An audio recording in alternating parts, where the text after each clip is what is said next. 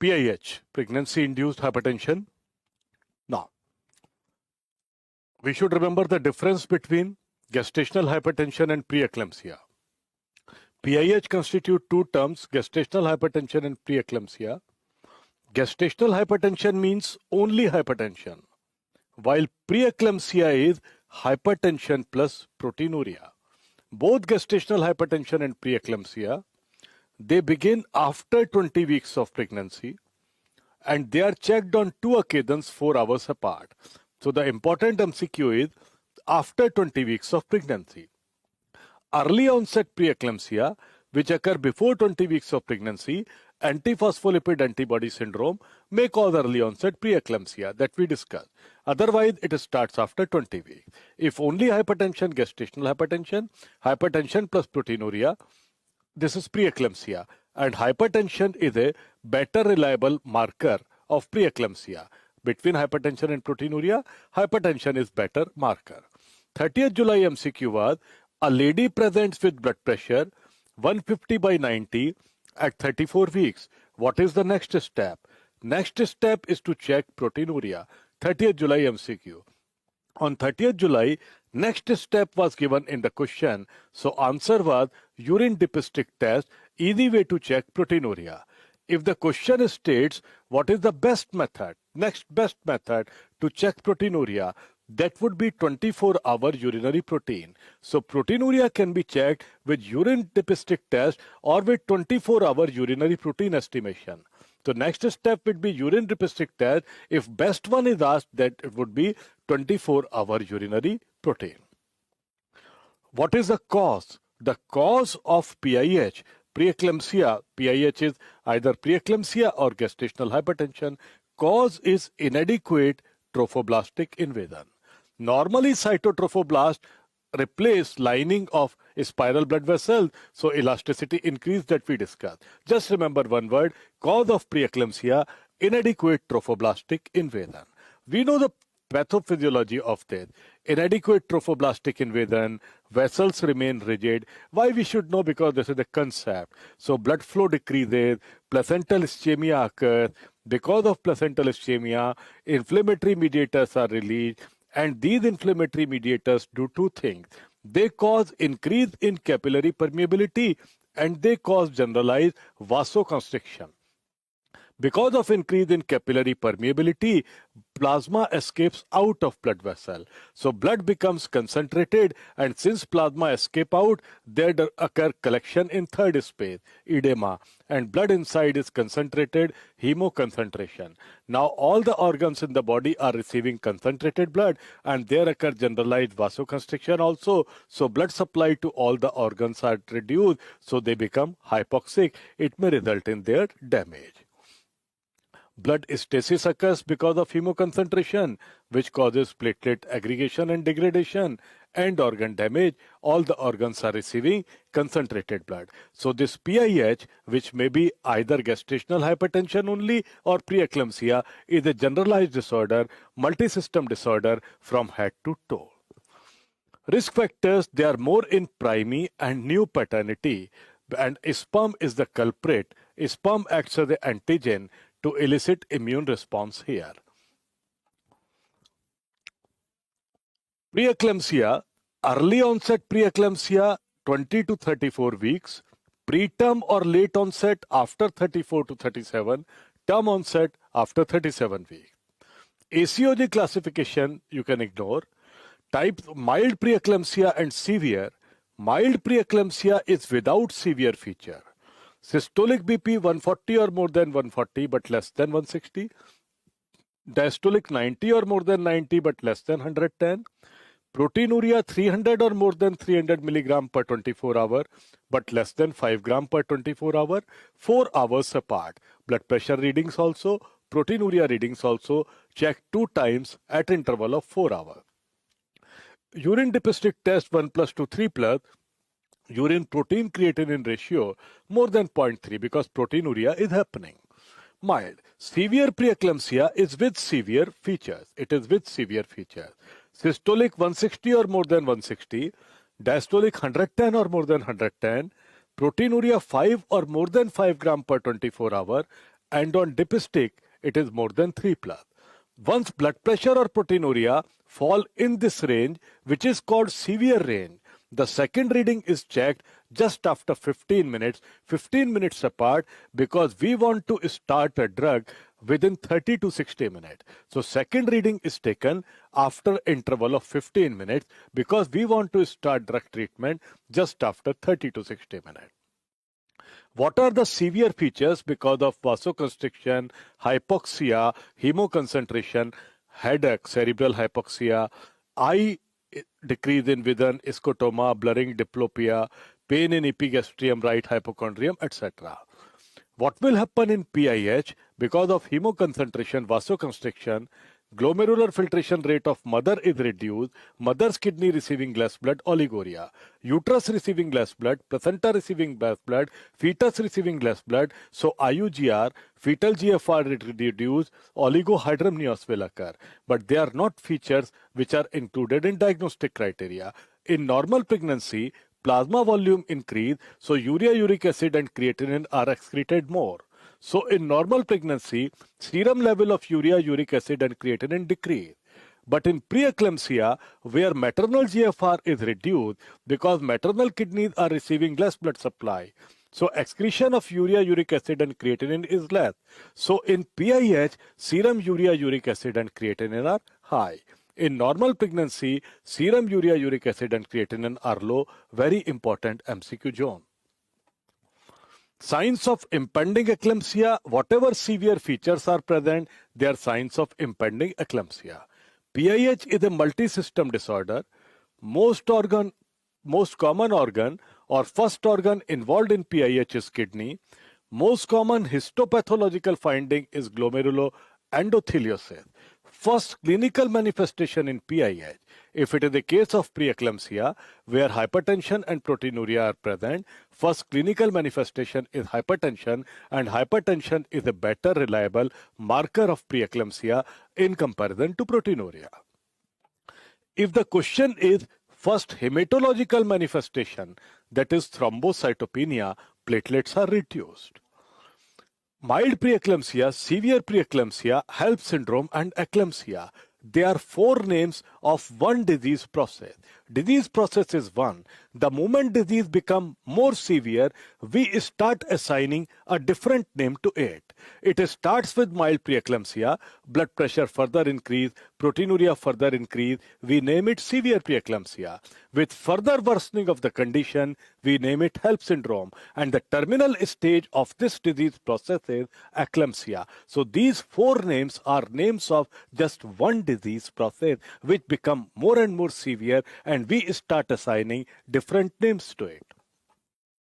Management for mild preeclampsia, we are monitoring till 37 weeks, and no drug treatment is given in mild preeclampsia because severe features are absent. It is without severe feature, no symptom present in mild, so no drug treatment required in mild. We are just monitoring her BP and proteinuria till 37.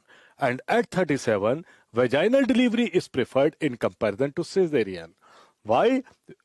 Cesarean section is done only if it is mandatory. As we did it in placenta previa, because the gate was blocked, placenta was covering internal os.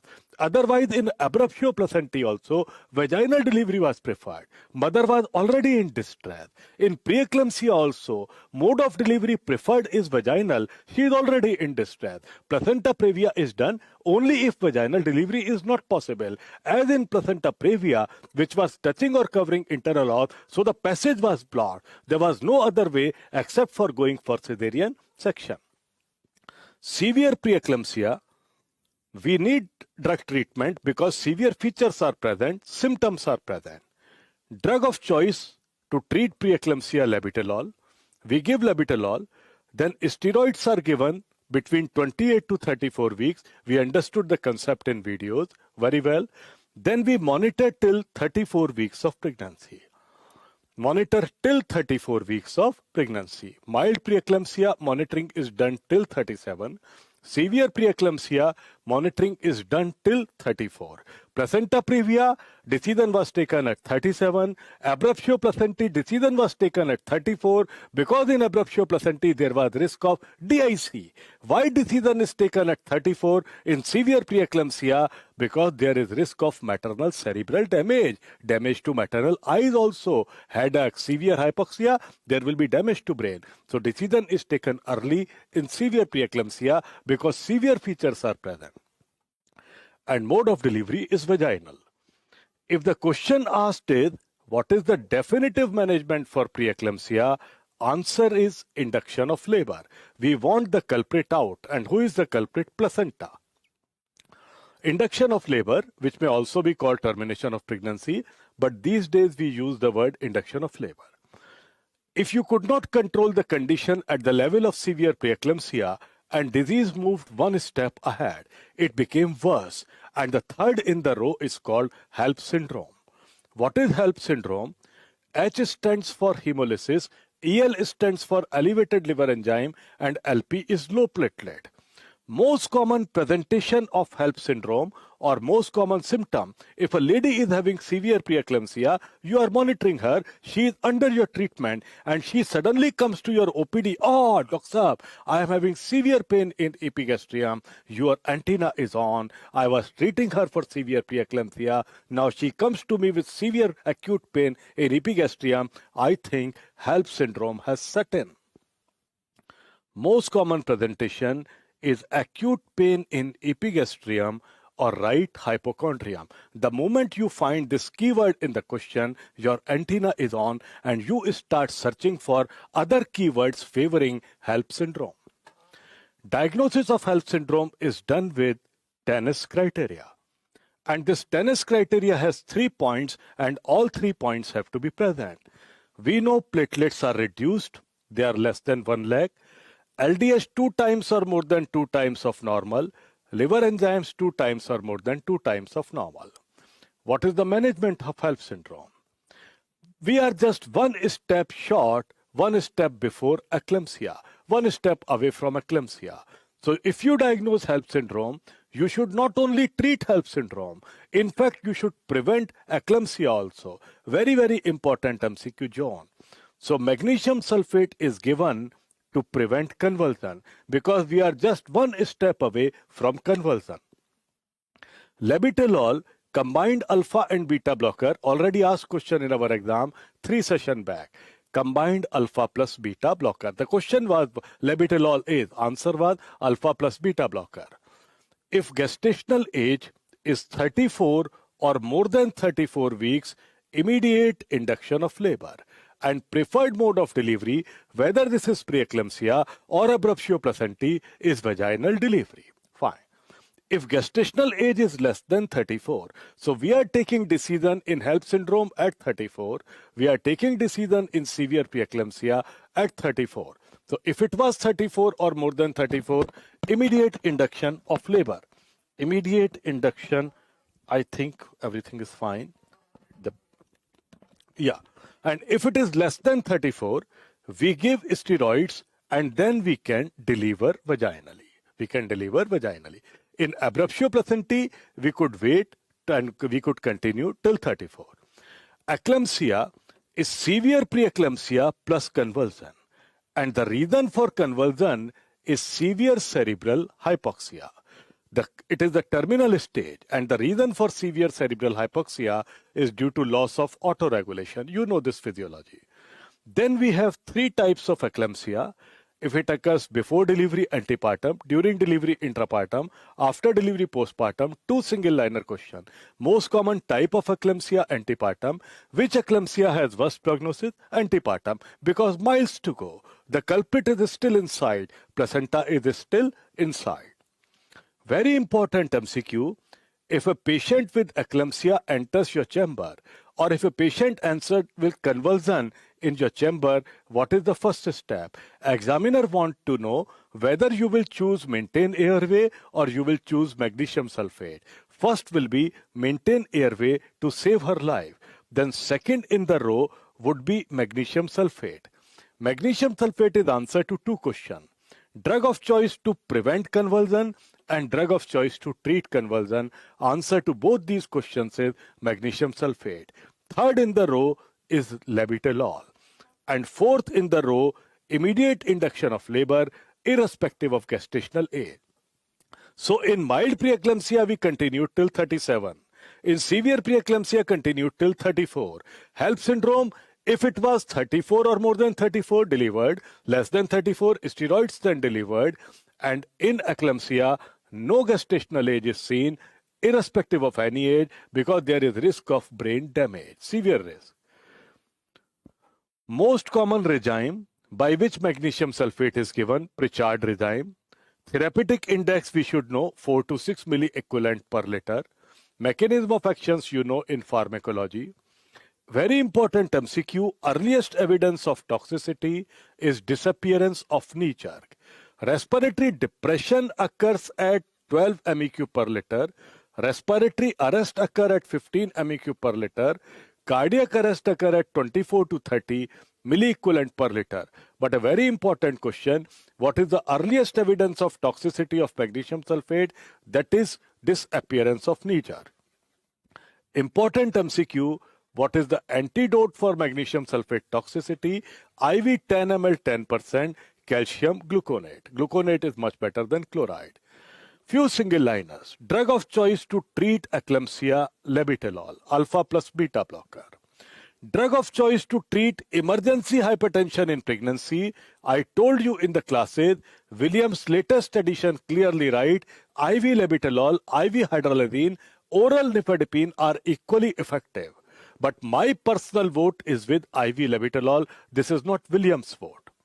Drug of choice for chronic hypertension in pregnancy is still the best answer is labetalol.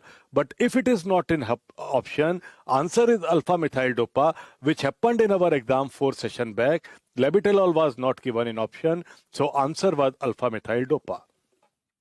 Drug of choice for refractory hypertension, sodium nitroprusside, life-saving drug.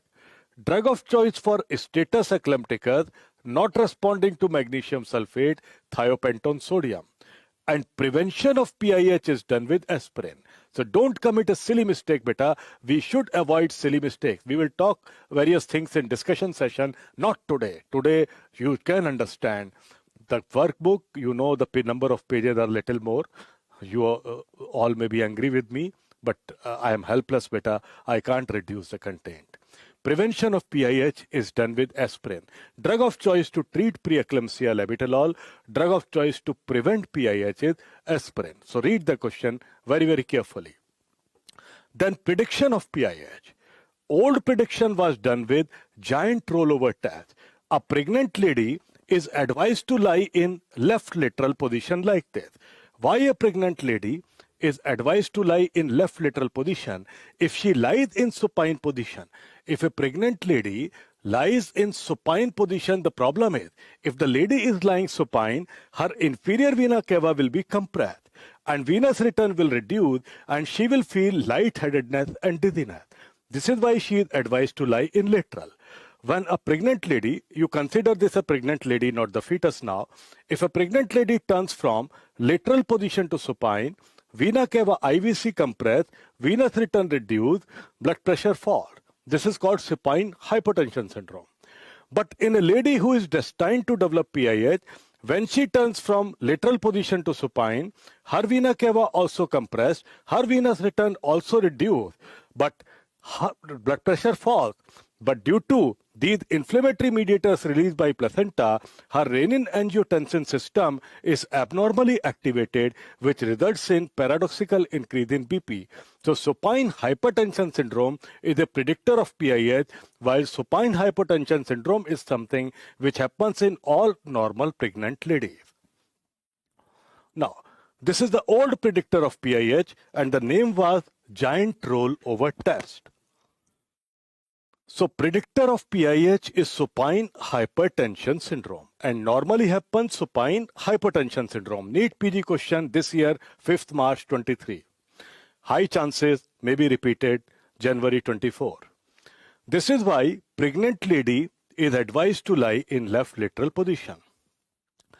Latest best predictor is uterine artery color Doppler. And we discussed in our classes, normally beta, there is a diastolic notch in uterine artery. This is uterine artery waveform. This is systolic peak. This is diastolic peak.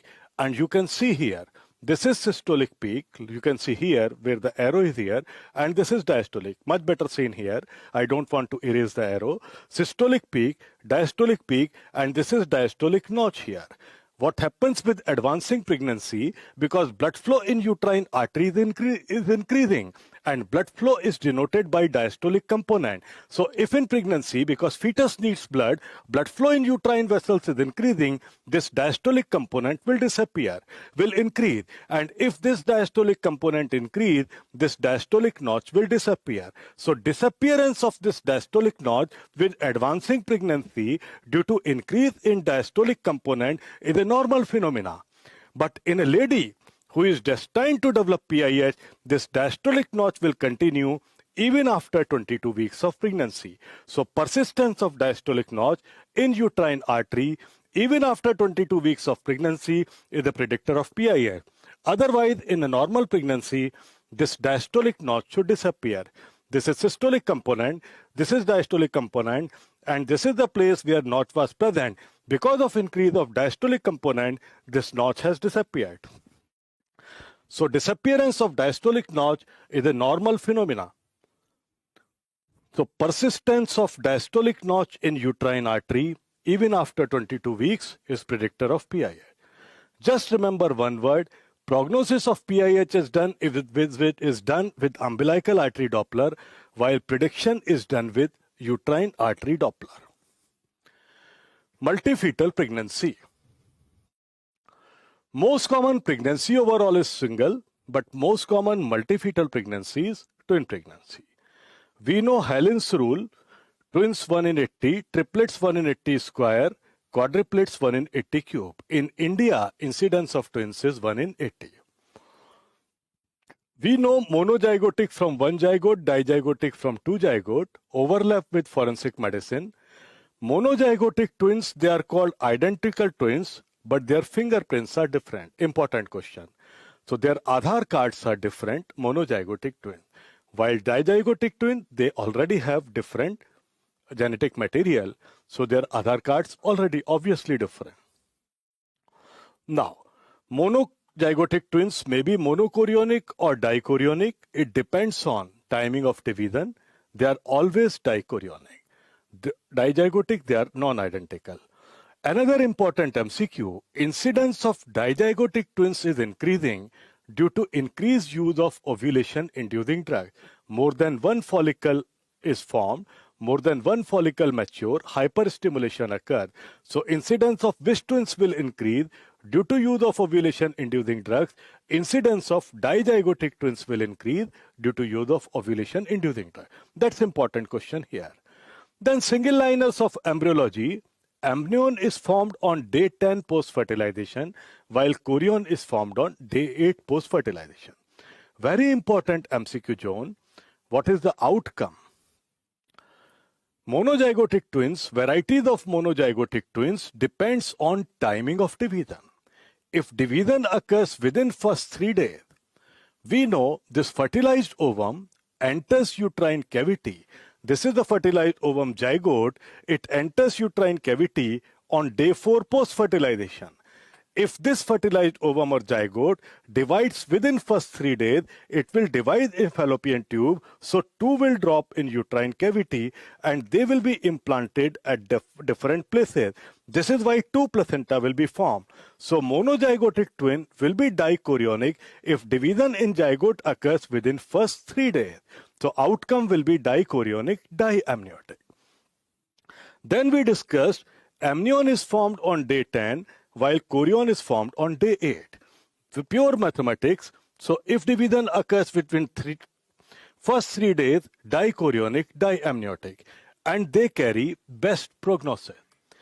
If division occurs between 4 to 8 days, monochorionic, diamniotic, because chorion is formed on 8th day.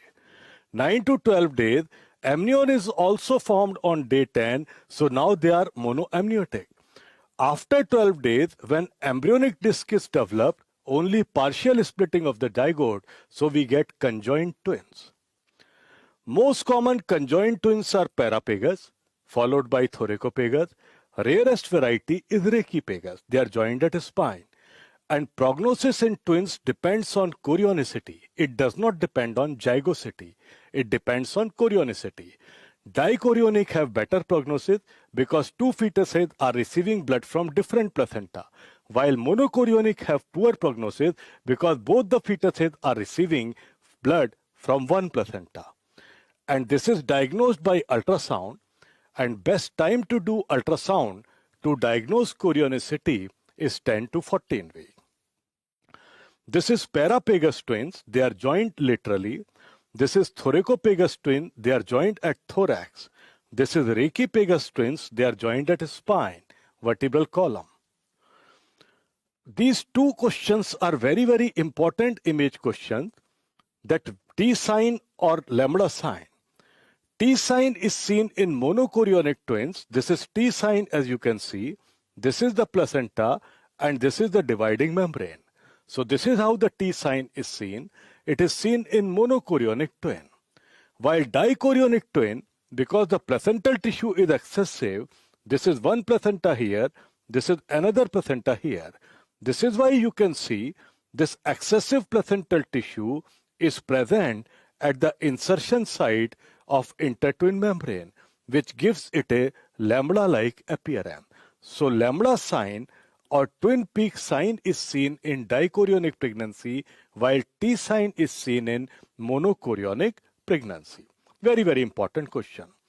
Then gross images of placenta. This is dichorionic diamniotic. How do you identify? You know the comparison of dichorionic diamniotic. Monochorionic dividing membrane has two layers which are 2 amnion. Thickness is less than 2 mm. Sign is T sign. Very, very important question for our exam. While dichorionic, dividing membrane has 4 layers, 2 amnion, 2 chorion, lambda sign or twin peak sign. So we can identify why this is dichorionic diamniotic, because the dividing membrane is thick and there is no vascular connection between them, because both the fetuses are receiving blood from 2 separate placenta, because it is dichorionic. How do you identify that this is monochorionic diamniotic? There is thin dividing membrane. The dividing membrane is thin, which was very thick in dichorionic. It was dichorionic, this dividing membrane was thick. Thick dividing membrane, no vascular connection between the two. While this is monochorionic diamniotic, thin dividing membrane with vascular connection. While this is monochorionic monoamniotic. Why it is monochorionic monoamniotic? There is no dividing membrane and vascular connection is present. So these are important image questions for our exam. Overall complications of twins, more anemia, more hyperemesis, very, very important MCQ. Most common neonatal complication of twin prematurity. Most common maternal complication is postpartum hemorrhage. Overall, most common complication of twin pregnancy, if nothing is mentioned, is prematurity. More anemia because more hemodilution. More hyperemesis, more HCG. Polyhydramnios because 2 fetuses micturating. Risk of placenta previa. Why there is risk of diabetes? Because of more human placental lactogen hormone. Why more risk of PIH? Because culprit for PIH is placenta, and in twin pregnancy, placental tissue is more. They were overall complication of twins. Complication is specific to specific variety. Monoamniotic variety, the complication which is due to monochorionic monoamniotic. As you can see, monoamniotic pregnancy, both the fetuses are in one room, one amniotic cavity, so umbilical cord of one fetus may entangle with umbilical cord of another. So cord entanglement is specific to monoamniotic pregnancy. This is cord entanglement. Complication is specific to monochorionic diamniotic is twin-twin transfusion syndrome. And this twin-twin transfusion syndrome, it is due to abnormal deep arteriovenous anastomosis. Means arteries of one fetus like this. This is twin-twin transfusion syndrome, and it happens due to this. Arteries of one fetus, deep arteries of one fetus, anastomose with deep veins of other one. So one fetus become donor, other become recipient because blood will flow from artery to vein. So what is the cause of twin-twin transfusion syndrome? Abnormal deep arteriovenous anastomosis. And the fetus who is giving blood will become donor. Since it is giving blood will become small, anemia will develop in it, plasma volume reduce, GFR reduce, amniotic fluid will decrease around it.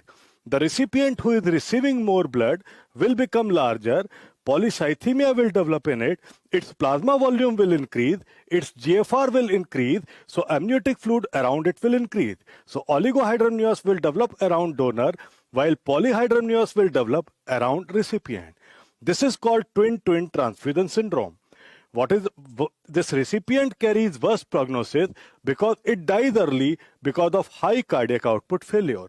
The management is if we can stop the shunting of blood from donor to recipient. If it is less than 28 weeks pregnancy, we can use the camera of fetus, which is called fetoscope, and under fetoscopic visualization, we can just ablate the abnormal shunting of blood from donor to recipient. It is possible if gestational age is less than 28 weeks of pregnancy. This is twin-twin transfusion syndrome. Donor carries poor prognosis.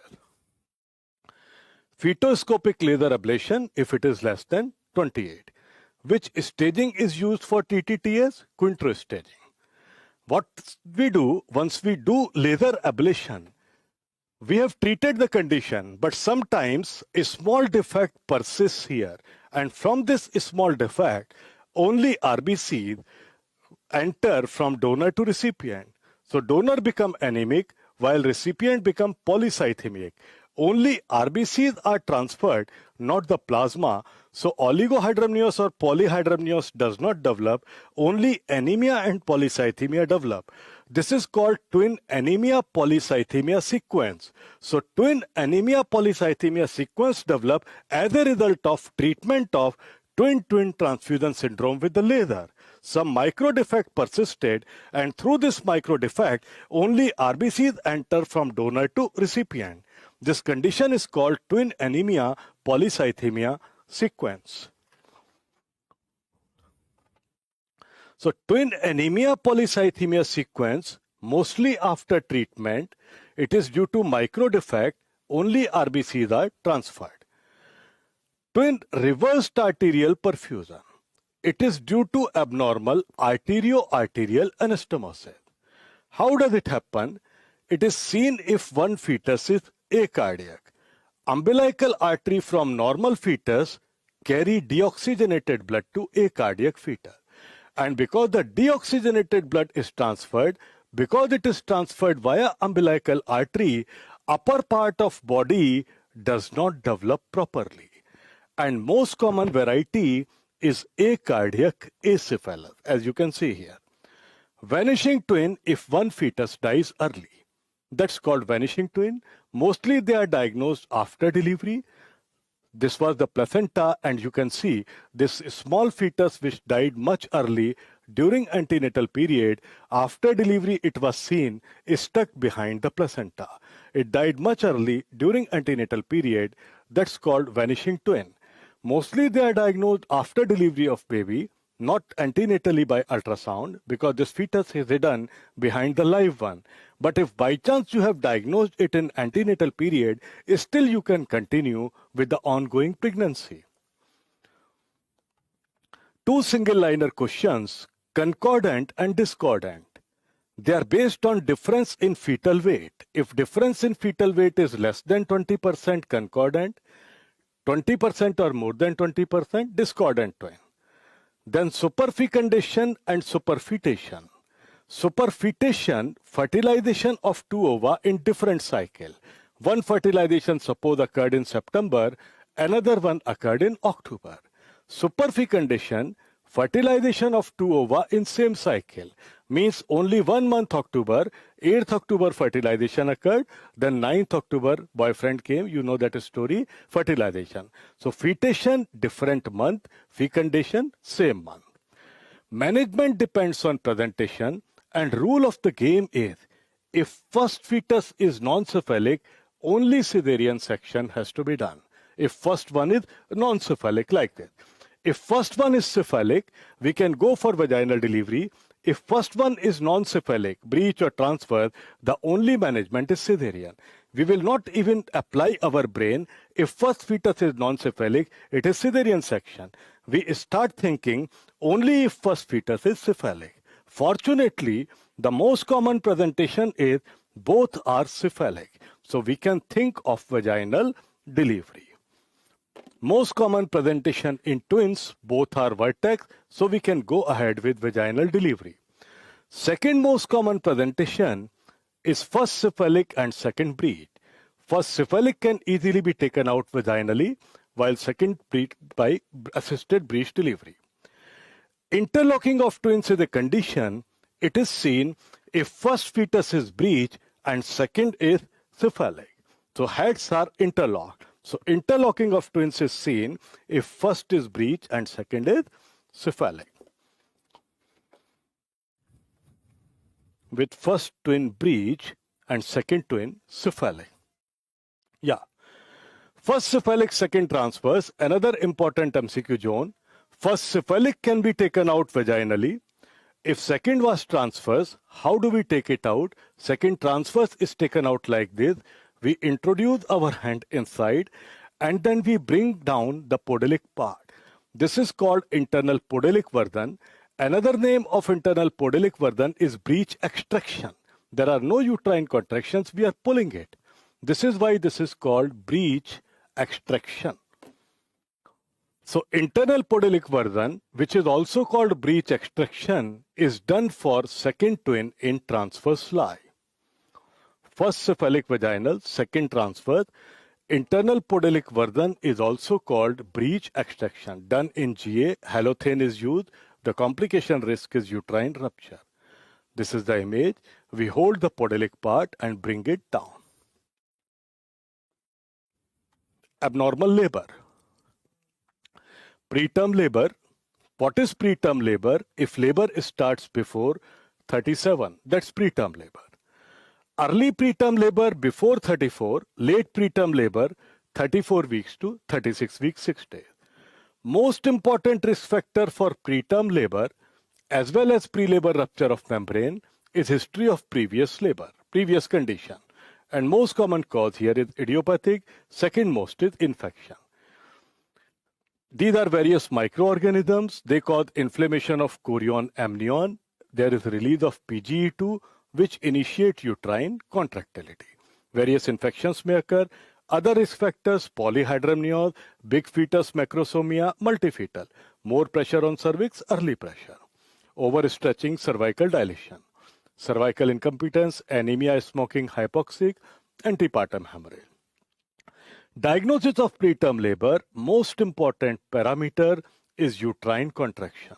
4 or more than 4 in 20 minutes, 8 or more than 8 in 60 minutes. The most important point for diagnosis of preterm labor is uterine contraction with any of the following. Cervical length, 2 or 2 centimeter less than this. Internal os diameter, 3 or more than 3 centimeter. If this 3 is not given in option, then if this 3 is not given in option, you can think of 2. But the better answer would be 3. U-shaped membranes, ballooning, funneling, herniation of membrane. Fibronectin, more than 50 nanogram per ml. How and why they are here? This is very well available in the video. All conceptual explanation. Here what you have to remember, most important parameter is uterine contraction with any one of the following. What is the sequence of change in shape of cervix, TYVU? Investigation of choice to diagnose preterm labor, TVS. Length to predict preterm labor, 2.5 centimeter. For diagnosis, the cutoff is 2 centimeter. Closed cervix is T-shaped and open cervix is U-shaped. We understood well. Management of preterm labor. If gestational age is less than 34 weeks, early preterm, we give steroids for lung maturation, dexamethasone and betamethasone, dexa most commonly used in India. These doses are super duper important. Very, very important for our exam. Has been asked multiple times in various exams. Total dose 24 milligram, beta and dexa both. Dexa 24 subdivided in 4 doses of 6 milligram each, 12 hours apart, intramuscular injection. Betamethasone total dose 24 subdivided in 2 doses of 12 milligram each, 24 hour apart, again by intramuscular injection. Very, very important MCQ zone. Minimum waiting period 24 hours after the last dose. Why betamethasone is best? Because it prevents necrotizing enterocolitis, intracranial hemorrhage, and periventricular leukomalacia also. This is why betamethasone is better. Steroids are contraindicated in infections. That's the drawback. So one thing is steroid given for lung maturation. We want fetus to stay inside because there is minimum waiting time for lung maturation. So the drugs used are tocolytics, used to arrest uterine contraction. Drug of choice as tocolytic is nifedipine because it has least side effect. In heart disease, atosiban. Drug of choice to prevent preterm labor, progesterone. No silly mistake, beta. Drug of choice to treat preterm labor, nifedipine, while drug of choice to prevent preterm labor is progesterone. Other measures, you can ask her to quit smoking if she is a smoker. Drugs with maximum side effects are beta-mimetics. This is why they are not used now. Isoxaprine, ritodrin, salbutamol, terbutaline. And the pharmacology MCQ, most common side effect of beta-mimetic is tremor. Other side effect, which was the old-timer important question, all these drugs cause hyperglycemia. And every time this old-time question was asked with ritodrin, that ritodrin used to treat preterm labor may cause hyperglycemia. There are various other side effects. So I have mentioned this question. Ritodrin to prevent preterm labor, ritodrin to treat preterm labor. Ritodrin is given to treat preterm labor. It causes hyperglycemia. Magnesium sulfate is given if gestational age is less than 32. In placenta previa also we give magnesium sulfate. In expectant management Rivdime, McAfee and Johnson, if it was less than 32. Here also if it is less than 32, the purpose of magnesium sulfate is to prevent neurological complication, that is cerebral palsy. Then fetal monitoring we do with ultrasound and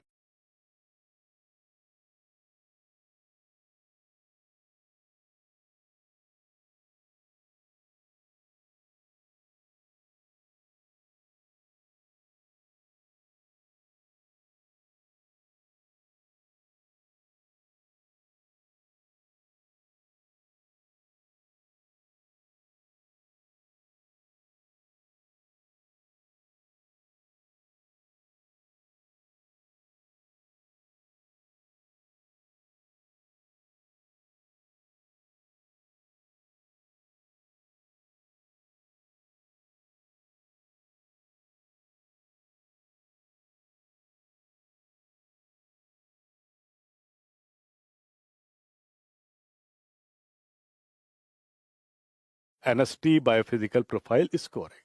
That was if gestational age is less than 34. We gave steroid, tocolytic, magnesium sulfate if gestational age less than 32. And fetal monitoring by ultrasound NST biophysical profile scoring.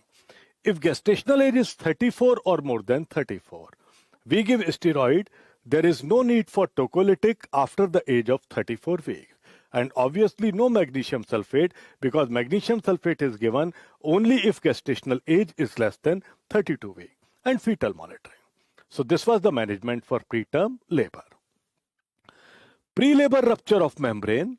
If membranes rupture before onset of labor, ideally they rupture after complete dilatation of cervix, that is completion of first stage of labor.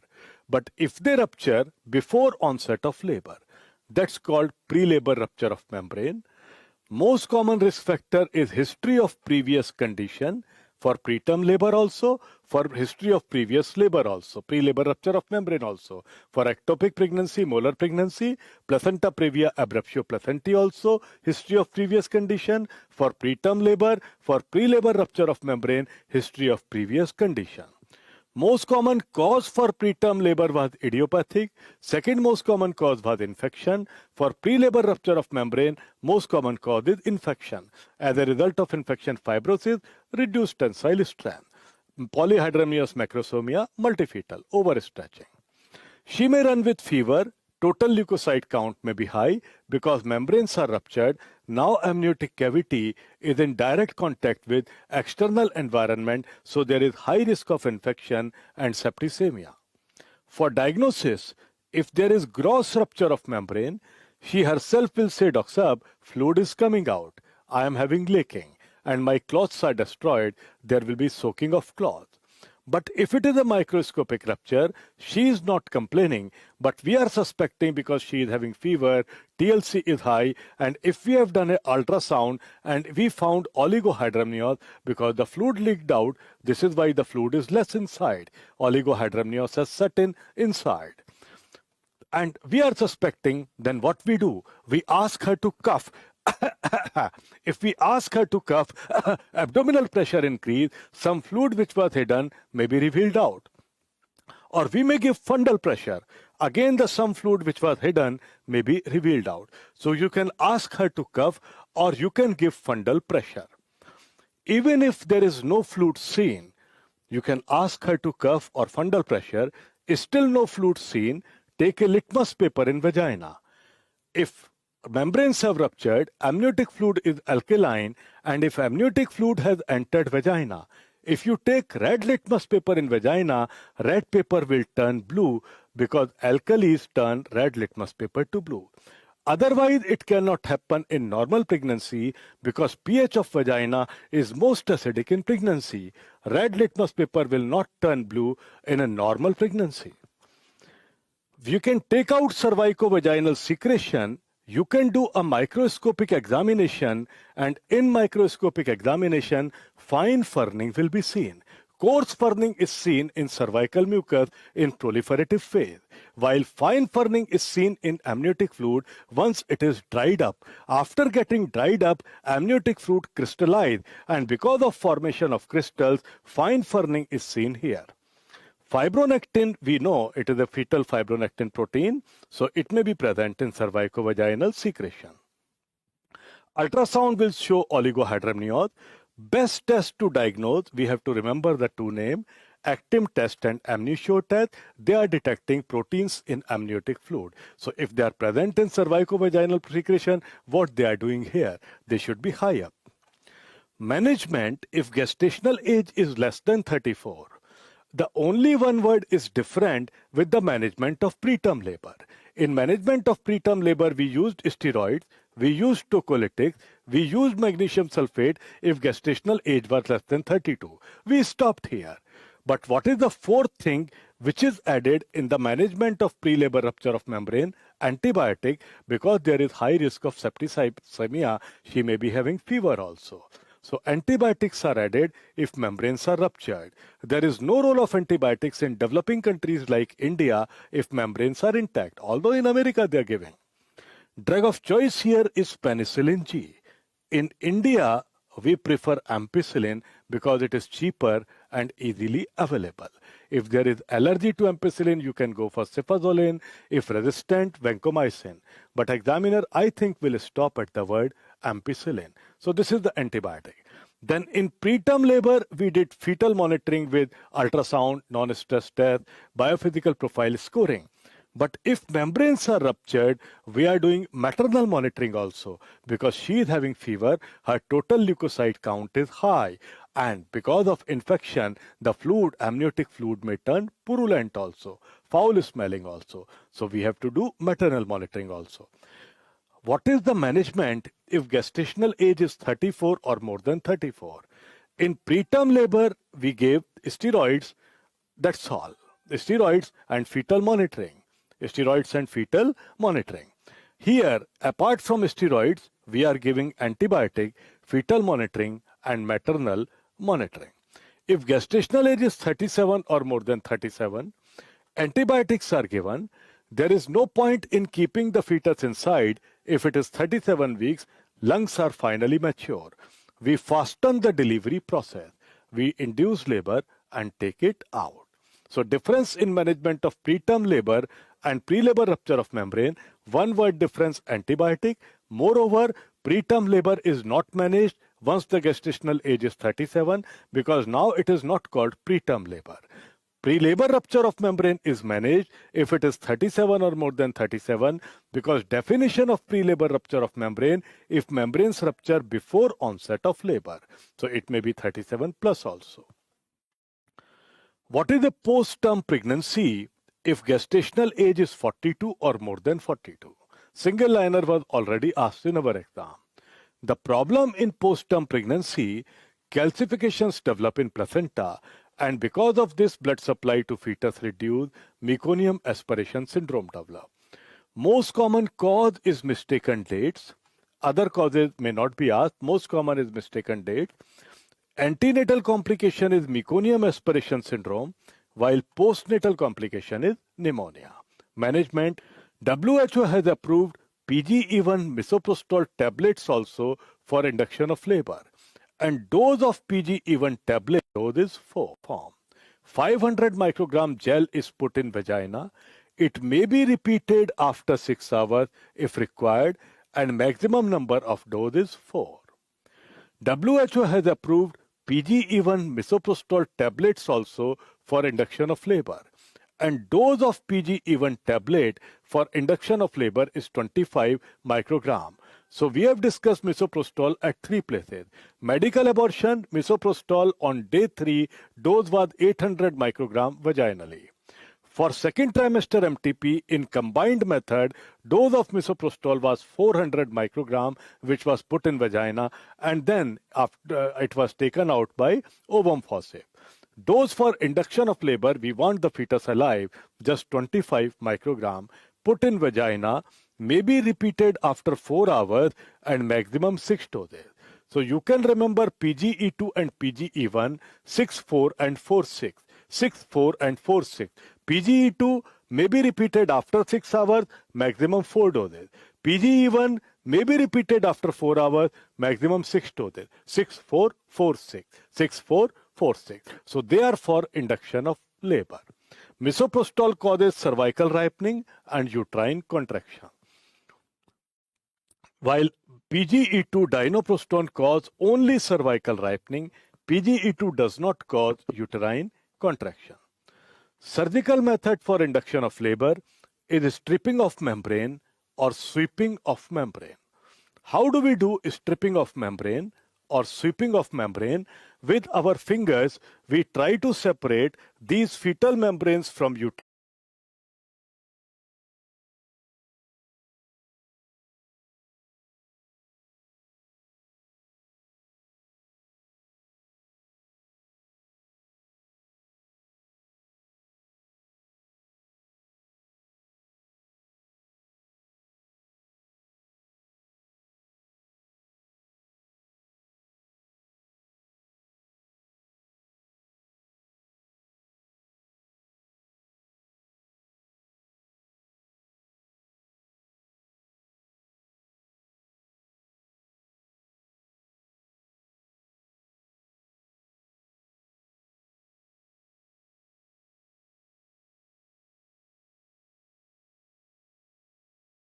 Membranes from uterine wall, amnion and chorion from uterine wall.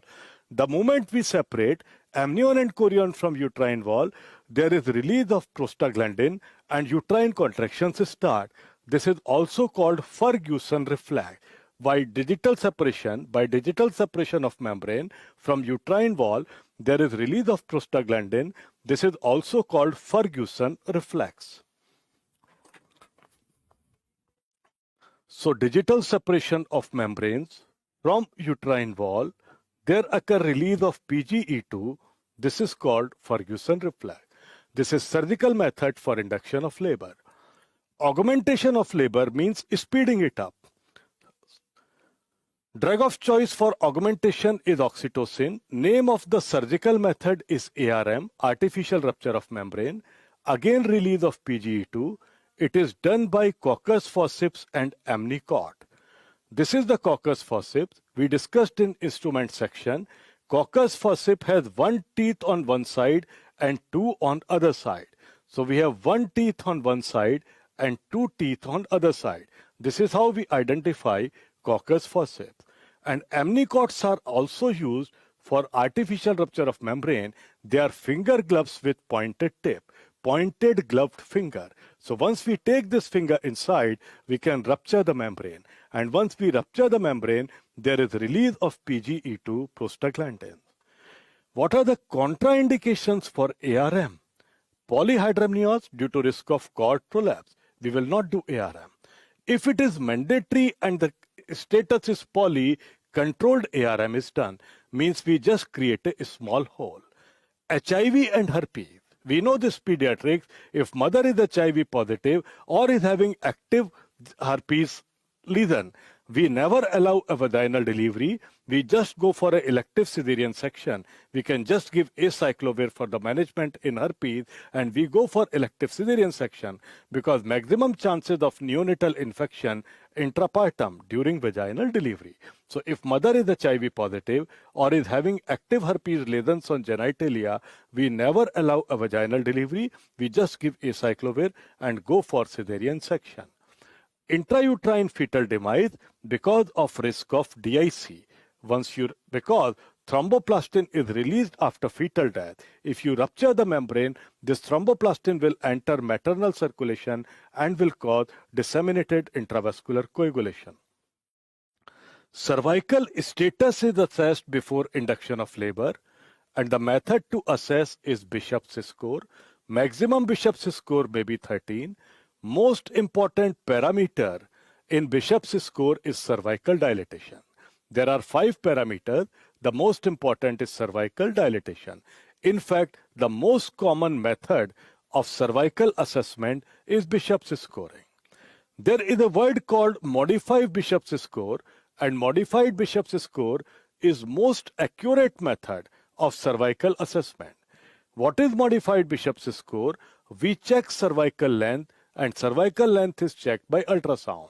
So instead of cervical effacement is not taken into consideration. Cervical length is taken into consideration, and cervical length is checked by ultrasound machine.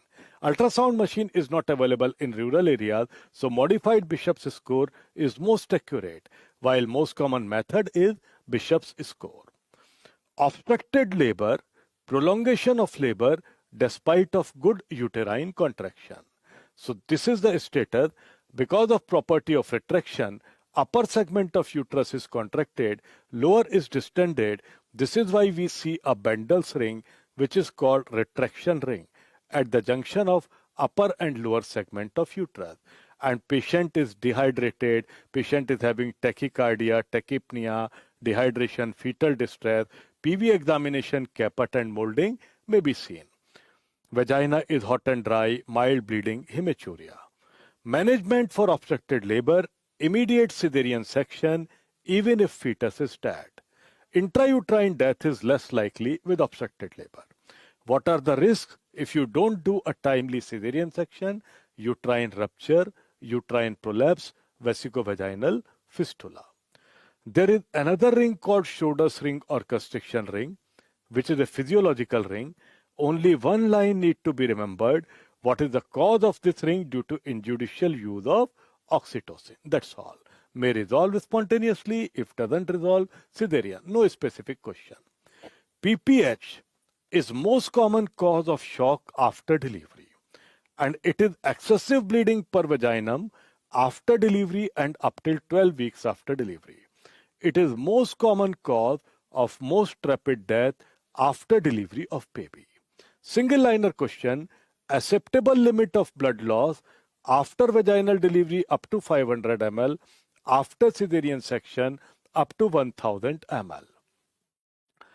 Old definition of PPH was after vaginal delivery more than 500, after cesarean more than 1000.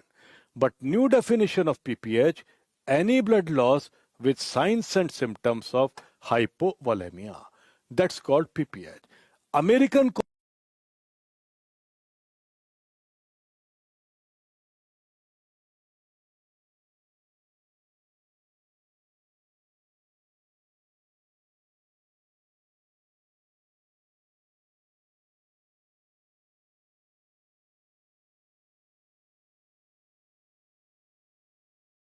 College of Gynecology says blood loss more than 1000 ml, irrespective of mode of delivery.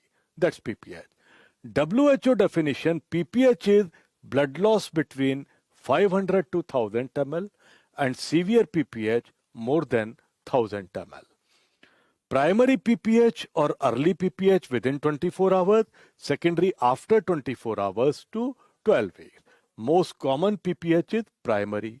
Most common cause of primary PPH is uterine atony. Important questions for our exam. So overall most common PPH is one which happens in first 24 hours. Causes of uterine atony, if there is any overstretching, polyhydramnios, multifetal pregnancy, macrosomia. Anemia, it results in hypoxia, grand multipara, prolonged or precipitate labor. Precipitate labor if all stages are completed within 3 hours. Uterine fibroid, increased cervix area, injudicious use of oxytocin, suboptimal contraction, epidural anesthesia for painless delivery, and which anesthetic agent is used? Bupivacaine. History of PPH, shoulder dystocia, drill, they all result in PPH. Secondary PPH, most common cause is retained placenta. Rare causes trauma. Most common trauma encountered in vaginal delivery is perineal tear. Management protocol, if first step is asked, answer will be resuscitation. IV injection tranexamic acid, 1 gram slow IV is given for 20 minutes to control the bleeding. Then we palpate uterus. If not palpable, it is atonic uterus. Very important MCQ. What is the drug of choice to treat PPH? Oxytocin, 20 to 40 international units in 500 ml or 20 to 25, whatever may be put in option. The wide range is 20 to 40. In 500 ml of saline or ringer lactate. Important point to note, uterine massage is given along with medical management. Complication with IV bolus oxytocin, pharma question, hypertension. If PPH is not relieved with oxytocin, most potent or best drug, 30th July MCQ, 15-methyl PGF2 alpha, which is available as carboprost or Hambate, 250 microgram injection, may be repeated after 15 to 30 minutes, and maximum 8 doses are given. Once in NEET PG, it was asked how much maximum 15-methyl PGF2 alpha can be given, and answer was 2000 microgram. Other drugs which can be used, methyl ergometrin, 0.2 milligram intramuscular. 30th January question of our exam, this vial was given, the same image was given in our exam, and the question was, what is this drug used to treat PPH? Answer was methyl ergometrin. We identified by brown colored ampoule. Methyl ergometrin is kept in brown ampoule because it is phototoxic. That's why it is kept in brown ampoule. It is photosensitive. It is photosensitive. This is why it is kept in brown ampoule. So this is methyl ergometrin. Symptometrin is a combination of oxytocin 5 international units plus methyl ergometrin 0.5 milligram. Misoprostol is also approved for treatment of PPH, 800 microgram sublingual or 1000 microgram per rectal. Carbetocin is synthetic oxytocin analog. Once asked in NEET PG, carbetocin has already been asked in NEET PG and ionized SAT. Carbetocin is synthetic oxytocin analog, 100 microgram, slow IV injection over 1 minute. So carbetocin injection is given over 1 minute, while IV tranexamic acid is given over 20 minutes. I repeat, IV tranexamic acid is given over a span of 20 minutes, while carbetocin is given over a span of 1 minute. We should not forget methyl ergometrin, carbetocin, oxytocin, and carboprost. And uterine massage is given along with medical management. Now the next question is, oxytocin plus uterine massage, it is tried for 30 minutes time. If there is no response in 30 minutes, we add other method. It is not like that we will stop medical management. Drugs will continue. We will add up another maneuver. Another maneuver which is added next is uterine tamponade. What is uterine tamponade? We put a catheter inside the uterus. This is the image here. We put a catheter. These are various catheters, Sanjay-Steken, Blakemore, esophageal, or Bakri balloon, or condom.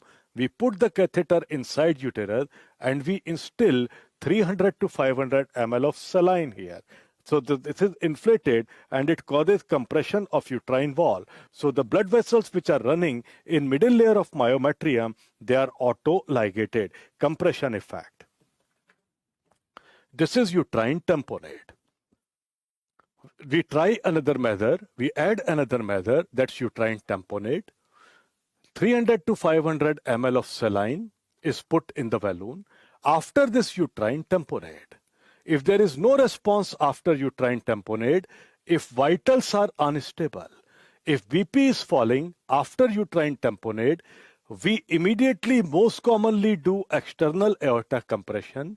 We compress her external aorta like this. After external aorta compression, this external aorta compression is used as a transient method and we are shifting the patient in operation theater. And we go for devascularization of vessel. First vessel ligated uterine artery. If no response, utero-ovarian anastomosis. If no response, anterior division of internal iliac artery, which is ligated 5 centimeter distal to bifurcation to avoid accidental ligation of posterior division. And how much is the reduction in pulse pressure after ligation of anterior division of internal iliac? 80 to 85%. Already asked question in our exam, December 2018. So, if vitals are unstable, we do external aorta compression, shift her to OT, then we go for uterine artery ligation and all. We could use military anti-shock garment also. We could do bimanual compression also, but most commonly done is external aorta compression. And we have shifted in operation theater for devascularization of vessels like this. Uterine artery ligation. If uterine artery ligation, correct sequence of uterine artery ligation, utero-ovarian, anterior division of internal iliac. Ligated 5 centimeter distal to bifurcation.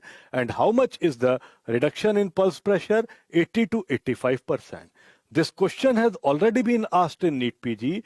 What is the correct sequence of devascularization of vessel? First is uterine, followed by utero-ovarian, followed by anterior division of internal iliac. Fine. So this was done if vitals were unstable. After uterine tamponade, if vitals are stable. After uterine tamponade, PPH continues, but vitals are stable. We try uterine artery embolization.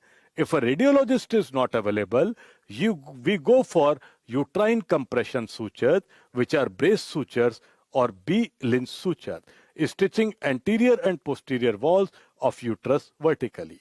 This is B-Lynch suture or brace suture. So let me summarize management of PPH. Once again, first drug used is oxytocin, very important. If no response, 15-methyl PGF2 alpha carboprose, 250 microgram, repeated 15 to 30 minutes interval, maximum 8 doses. Other drugs, misoprostol, methyl ergometrin, syntropatrin, carbetocin, uterine massage is given along with. If no response in 30 minutes, add another method, uterine tamponade. Bakri balloon catheter, Sanjay-Steken, Blakemore esophageal, or condom catheter, 300 to 500 ml saline compression. After uterine tamponade, PPH continues, vitals unstable. External aorta compression or military anti-shock garment or bimanual compression. Most common, external aorta compression. Shift the patient in operation theater. Go for devascularization of vessel, uterine followed by utero-ovarian, followed by anterior division of internal iliac. And then we will continue with hysterectomy and all, which we will discuss. If after uterine tamponade, PPH continues and vitals are stable, first try uterine artery embolization. If radiologist not available, uterine compression suture. Most common are B-Lynch and brace sutures. Fine. Now we are going to to uterine devascularization of vessels. After devascularization of vessels, still PPH continues. This was the ligation of anterior division of internal iliac, which is done 5 centimeter distal to bifurcation. If PPH continues, we go for hysterectomy. Which hysterectomy is done? It is done subtotal hysterectomy. Only uterus is removed, cervix is not removed. Subtotal hysterectomy is done in PPH. If PPH continues even after subtotal hysterectomy, then we put parachute pack or umbrella pack. This is like this. These packs are put in the pelvis. These 3 MCQs are really very important. Most common cause of shock after delivery, PPH. Most common cause of shock immediately after delivery. If the word immediately is added in the question, the answer is uterine inversion. If the word unexplained is here in the question, most common cause of unexplained shock after delivery, answer is amniotic fluid embolism. So these 3 questions very, very important, and you will definitely get 1 clue in the question, breathlessness, if the answer is amniotic fluid embolism. Puerperium. Puerperium is the period after delivery. बेटा motivation अभी नहीं, अभी रुक जाओ बेटा, please please please. You know you are not understanding, because please try to understand OBG workbook, no little more pages. So please let me today now focus on it only. Let me try to finish it up first. That's more important. Puerperium is 6 weeks period. Don't worry, just in test and discussion, I told you, I promise you, I will be discussing these 100 questions of today's test at the same time. After that discussion, I will be discussing all the Telegram questions which I posted after the classes for those subjects. I have made a PDF. I will do an explanation discussion of those questions also. So that will be a wonderful coverage of complete OBG. Don't worry. Today, just let me focus on revising it. So we are having test tonight. 6 weeks period after delivery in which all organs and systems return back to normal, both anatomically and physiologically. So total duration of puerperium is 6 weeks. The process of return is called involution. Maximum involution occur in uterus. Once uterus size increase in pregnancy, hypertrophy is more than hyperplasia. But once uterine size decrease, it is decreasing in size of cells only. After delivery of baby, immediately after delivery, it is at the lower border of umbilical. The uterine height immediately after delivery is at the lower border of umbilical here. And after the end of 1 day, 1 finger breath. After the end of 2 days, 3 finger breath. Means 1 finger breath is equal to 1 centimeter. So immediately after delivery, uterine height is at lower border of umbilical. And after the end of 1 day, it is decreasing by 1 finger breath. After 2 days, by 2 finger breath, and so on. 1 finger breath is equal to 1 centimeter. So 1 day after delivery of baby, how much is the uterine height? 1 finger breath below umbilical. Second day, 2 finger breath below umbilical, and so on. चिंता मत करो, अभी kick मारता हूं. First of all, what I want to do, I want to finish the OPS revision. Then we will take a break of approximately 5 minutes only, beta. Just a biological break, 5 to 7 minutes break. Meanwhile, we will create another link. That's the only reason. I want to take, after OPS, we will start miscellaneous revision with another link. So once we will break the link, no, it will be a 5 to 7 minutes biological break. Meanwhile, I will also have 1 cup of tea quickly.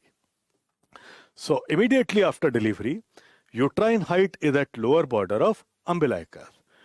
Pulse, blood pressure, serum fibrinogen, all these return back to normal.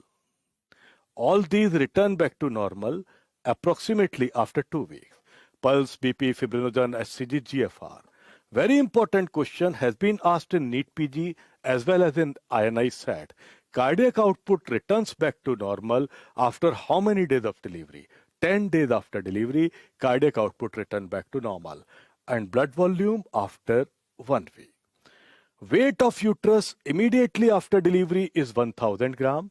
Weight of term placenta is 500 gram. Term placenta weight 500. Weight of uterus immediately after delivery 1000. After 1 week, 500 gram. The most important question here is how much is the weight of uterus immediately after delivery? 1000. That is the most common. And the second, you should remember very well, how much is the normal weight of a multiparous uterus? Means after 6 weeks, 60 to 80 gram. Height of uterus immediately after delivery, it is 13.5 centimeter above pubic symphysis, which means lower border of umbilicus means 20 weeks pregnancy level. So this distance, beta, this distance is 13.5 centimeter. Height of uterus immediately after delivery is 13.5 centimeter above umbilicus. The level of lower border of umbilicus means 20 weeks pregnancy level. And after 1 day, it is reducing 1 finger breadth. After 2 days, it is reducing 2 finger breadth, and so on. Fine. After 24 hours, 1 centimeter per 24 hours, 1 centimeter is 1 finger breadth.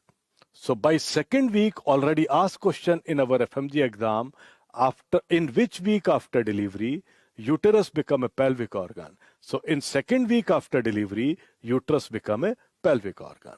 Then we categorize puerperium immediate, early, late, little higher level, up to 24 hours immediate, after 24 hours to 1 week early, after 1 week to 6 weeks late. Postpartum hemorrhage lochia, already asked question in our exam, how much is the normal duration of lochia? It lasts maximum up to 36 days, 24 days to 36 days. So in the option, there were weeks in the option. So lochia may last up to how many weeks? 5 weeks. This is the question which was it was asked on 30th January, I think. Lochia may last up to. Answer was 5 weeks. And 30th July question was, what is the correct sequence of lochia? So you can have an idea about importance of the topic. 30th January question, I think, or before that only, lochia may last up to 5 weeks. And 30th July question was, what is the correct sequence of lochia? Lochia rubra, lochia serosa, lochia alba. Initially it is red, followed by yellow, followed by white.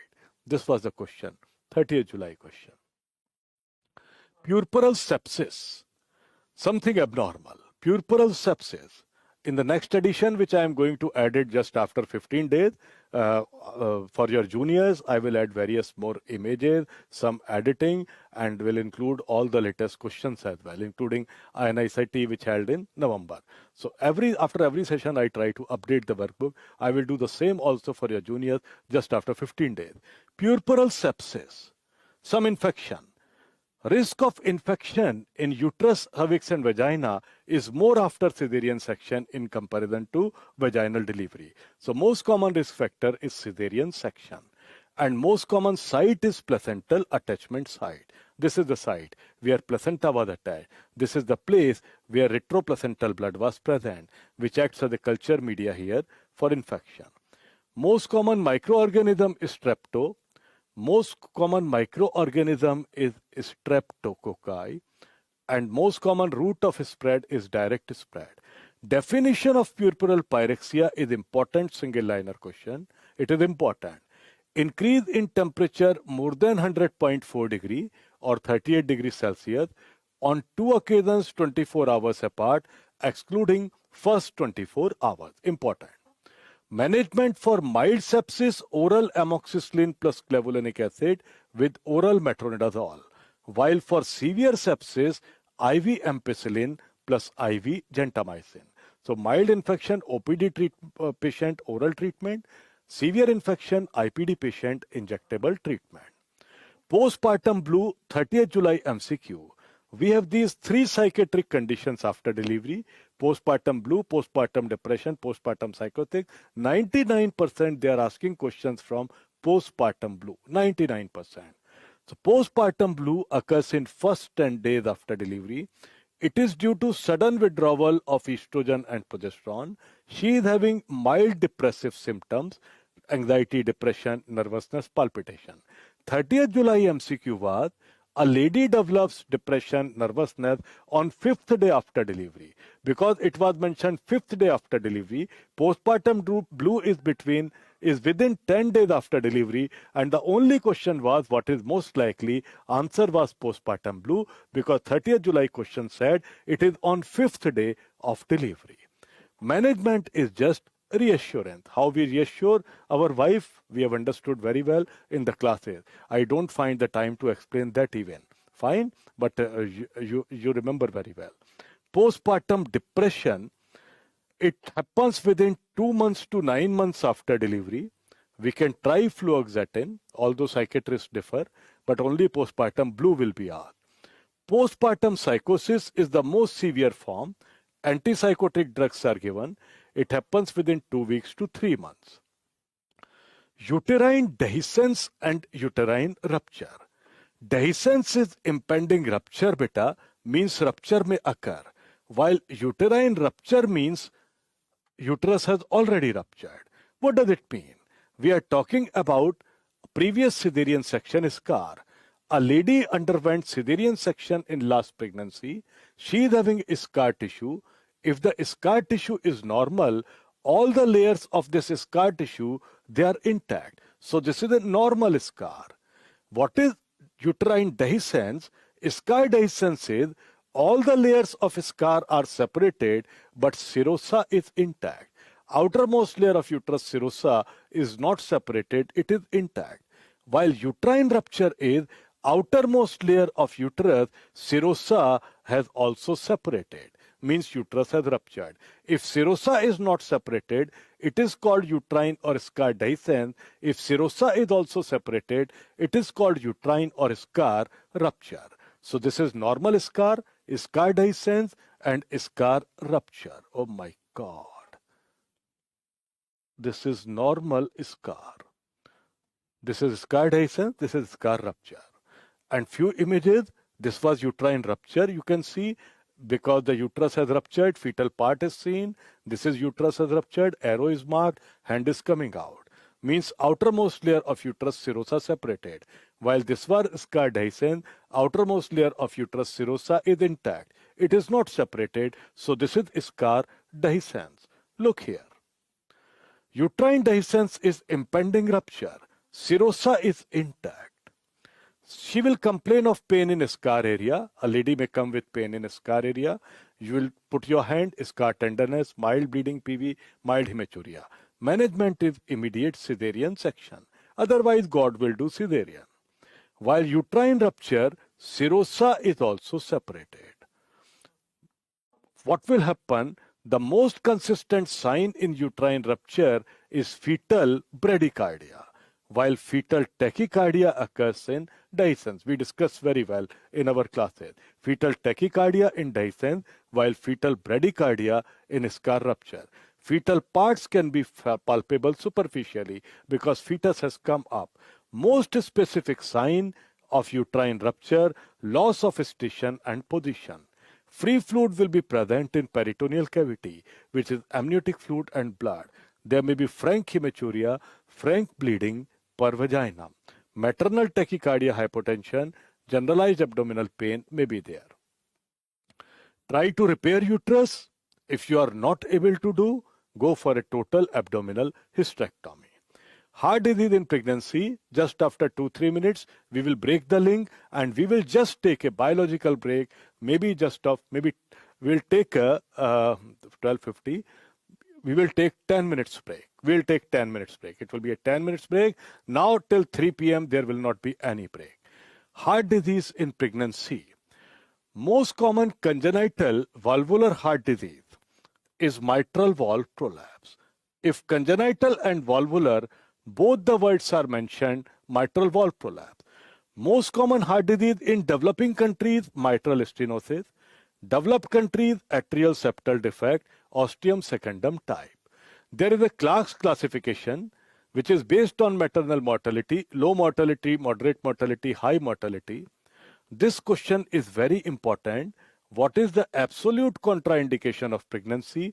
This is pulmonary hypertension. Maybe primary, maybe secondary, which is seen in Eisenmenger syndrome. This question is important. Absolute contraindication for pregnancy. Then in management, position should be propped up, lateral, oxygenation.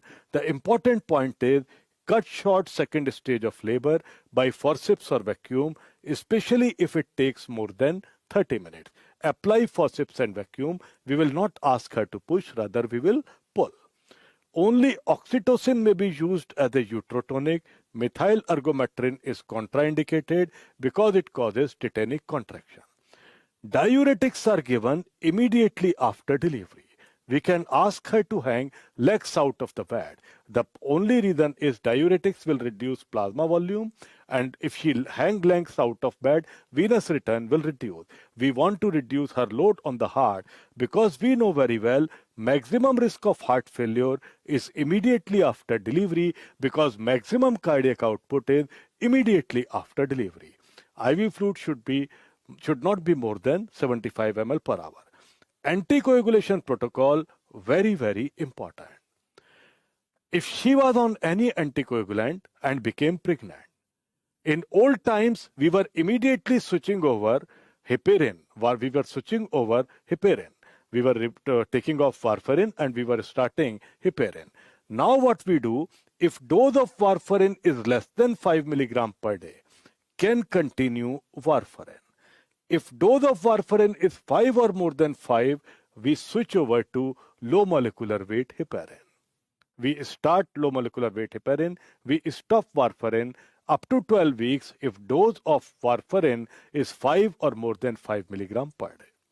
So 12 to 36 weeks, we give warfarin. At 36 weeks, we again switch over to low molecular weight heparin because now we are nearing delivery time. Due to there are risk of PPH and intracranial hemorrhage in neonate. Now, 1 week before EDD or 3 days before EDD, we can change low molecular weight heparin with unfractionated heparin. The reason is unfractionated heparin has a shorter half-life, so we are more in control with the situation. If any time we anticipate PPH or intracranial bleed, we can stop the anticoagulant. Since the half-life of unfractionated heparin is short, we are more in control with the situation. On day of delivery or day of cesarean, we can stop all anticoagulant. Means anticoagulant can continue till the day of delivery or even till the morning of cesarean section.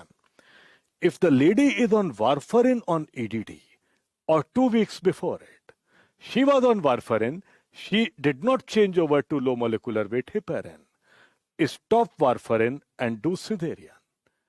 But if she was on warfarin and labor has started, once uterine contractions have begun, labor has started, you cannot do cesarean. If labor has started, you will stop warfarin and go for vaginal delivery. If labor has not started, you stop warfarin and do cesarean section. But once you are doing vaginal delivery here, give vitamin K to mother and baby. The reason is same, for prevention of PPH and intracranial hemorrhage. 6 hours after vaginal delivery or 6 to 12 hours C-section, we can restart warfarin or heparin. Means warfarin is not contraindicated during lactation. Which contraception is best? Vasectomy. If not in option, IUCD. If not in option, tubal ligation. Tubal ligation is done with mini laparotomy, best at the end of 6 weeks. This question was asked in our exam, FMG exam, few sessions back, that sterility is not achieved immediately after vasectomy. We have to use alternative methods for 3 months, that is burial. And this is a 6P formula. Proper prior planning prevents poor performance. So proper prior planning means how to revise, planning of revision in coming 45 days. For this, we will be having a session tomorrow also at 6 p.m. YouTube live session. We'll discuss a lot of things there also. Today, let me restrict myself to this. So we are just taking a 10 minutes break here. Just a 10 minutes break. It is 12:56. So we are starting at 1:06. We are restarting at 1:06 with new link. Just 10 minutes break, beta.